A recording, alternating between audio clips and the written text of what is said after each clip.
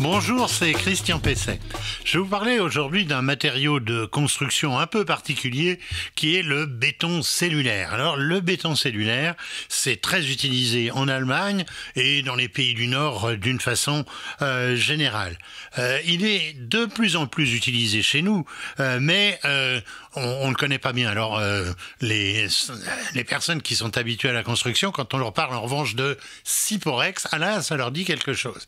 Parce que c'est la marque historique et ça parlera évidemment à un certain nombre d'entre vous. Alors, qu'est-ce que c'est que le béton cellulaire? Le béton cellulaire, c'est un matériau de construction en blocs, un peu comme des blocs béton, un peu comme des parpaings si vous voulez, sauf que ce sont des blocs qui sont pleins. Alors, qu'est-ce que c'est comme matériau?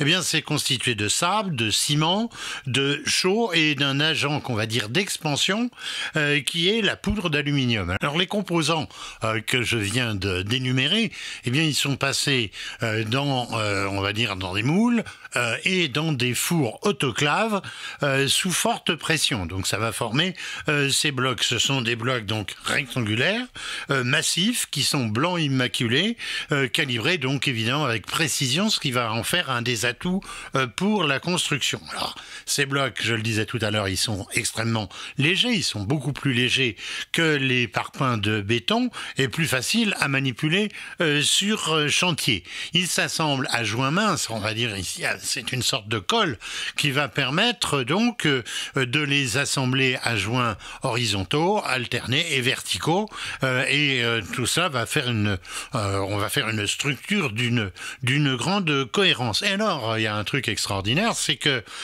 ces blocs, eh bien, ils se coupent avec une scie à grosse denture, on va dire exactement comme des carreaux de plâtre. Ce qui veut dire qu'évidemment, on gagne beaucoup de temps dans les découpes. Alors, il y a aussi un certain nombre de qualités propres à ce matériau. D'abord, il y a une excellente résistance à la compression, donc une grande solidité des constructions. C'est-à-dire qu'avec ces matériaux légers, finalement, on aurait l'impression que ça pourrait être fragile. Et ben non, au contraire, c'est extrêmement solide.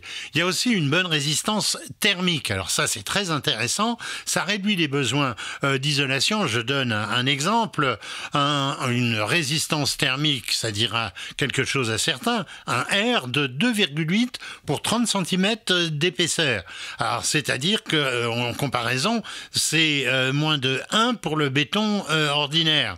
Donc, on voit que véritablement, c'est tout à fait isolant. Il y a même une époque où on pouvait construire en béton cellulaire sans même faire une isolation rapportée. Maintenant, les exigences de la RE 2020 font qu'il faut de toute façon une isolation rapportée et aussi un bon déphasage. Vous savez, le déphasage, c'est ce qui donne un confort d'été. C'est le temps que met un matériau à se réchauffer. Il y a une excellente tenue au feu. Ça, c'est très important. Ce qui fait qu'on peut construire véritablement sans souci avec, par exemple, des poêles à bois, tout ça, des modes de chauffage qui pourraient parfois paraître inquiétants. Bonne isolation également acoustique et une parfaite étanchéité à l'eau et à l'air du fait notamment des joints minces que j'évoquais tout à l'heure. Alors le béton cellulaire, il présente bien sûr quelques inconvénients. C'est quoi? C'est que quand on construit sur dalle béton, il faut évidemment que la dalle soit parfaitement horizontale parce que sinon ça va pas marcher, ça va risquer ensuite de se fissurer. Il faut bien dire que les blocs sont évidemment plus fragiles que les parpaings, il faut donc les manier avec précaution pour ne pas évidemment les ébrécher.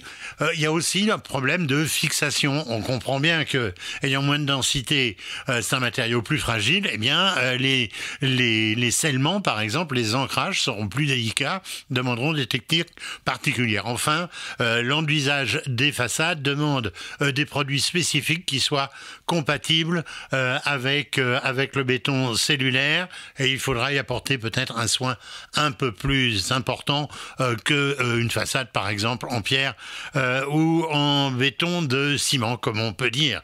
Mais au final, je vais vous dire, je pense que c'est véritablement un bilan très positif en faveur du béton cellulaire et on peut se demander pourquoi on ne construit pas plus en France avec cet excellent matériau.